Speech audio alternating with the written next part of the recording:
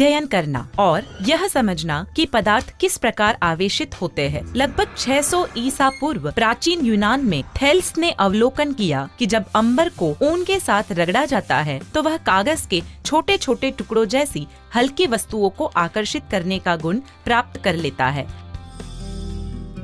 उसी प्रकार जब प्लास्टिक की कंघी को सूखे बाल के साथ रगड़ा जाता है तो वह भी हल्की वस्तुओं को आकर्षित कर सकती है।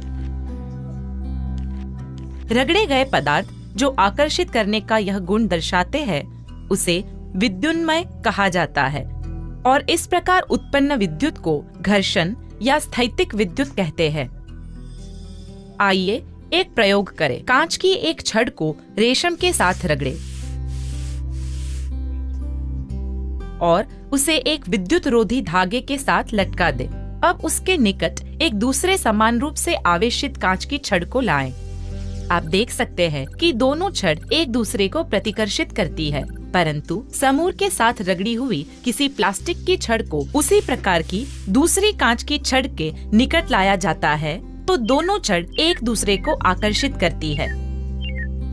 इसी आकर्षित और प्रतिकर्षित करने के व्यवहार का कारण एक तत्व है जिसे वैद्युत आवेश कहते हैं। इन प्रेक्षणों से हम इस निष्कर्ष पर पहुंचते हैं कि आवेश दो प्रकार के होते हैं और असमान आवेश एक दूसरे को आकर्षित और समान आवेश एक दूसरे को प्रतिकर्षित करते हैं।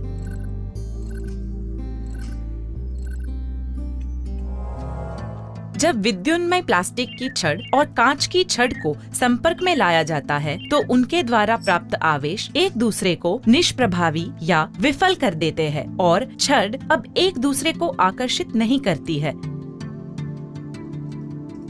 अमेरिका के वैज्ञानिक बेंजामिन फ्रैंकलिन ने इन आवेशों का नाम धनात्मक और ऋणात्मक रखा। परंतु ये आवेश कहाँ से आते हैं? प्रत्येक पदार्थ की भांति कांच के किसी छड़ में अनेक परमाणु होते हैं। प्रत्येक परमाणु में इलेक्ट्रॉन और प्रोटॉन जैसे मौलिक कण होते हैं। द्रव्यमान की भांति उनमें एक दूसरा मौलिक गुण होता है जिसे वैद्युत आवेश कहते हैं। यह एक अदिश भौतिक राशि है और इसका SI मात्रक कूलम्ब है। परिपाटी के अनुसार इलेक्ट्रॉन को ऋणावेशित माना जाता है जबकि प्रोटॉन को समान राशि के साथ धनावेशित। चूंकि प्रत्येक परमाणु में समान संख्या में इलेक्ट्रॉन और प्रोटॉन होते हैं, अतः प्रत्येक परमाणु पर शुद्ध आवेश 0 होता है। परिणाम स्वरूप कांच की संपूर्ण छड़ विद्युतीय रूप से उदासीन होती है।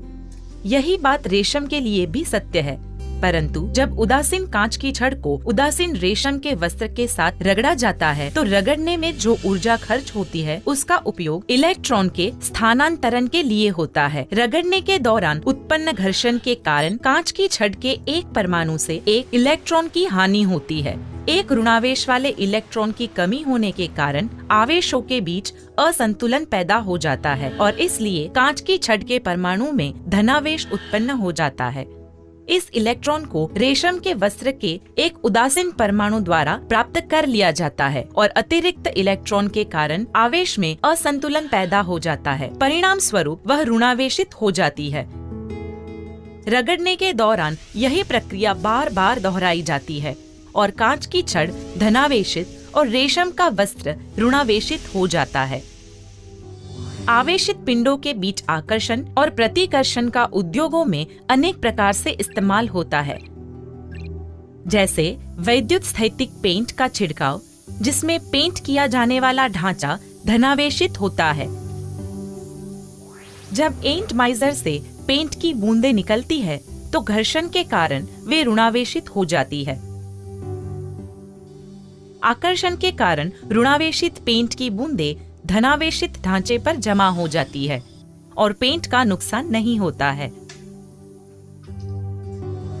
सारांश: वैद्युत आवेश पदार्थ के मौलिक कणों का एक आंतरिक गुण है यह ऋणात्मक अथवा धनात्मक हो सकता है। SI मात्रक में आवेश की मात्रा को कूलम यानी C में मापा जाता है। समान आवेशों में आकर्षण और असमान आवेशों में प्रतिकर्षण होता है। विद्युत स्थैतिक पेंट का छिड़काव स्थैतिक विद्युत के अनेक औद्योगिक अनुप्रयोगों में से एक है।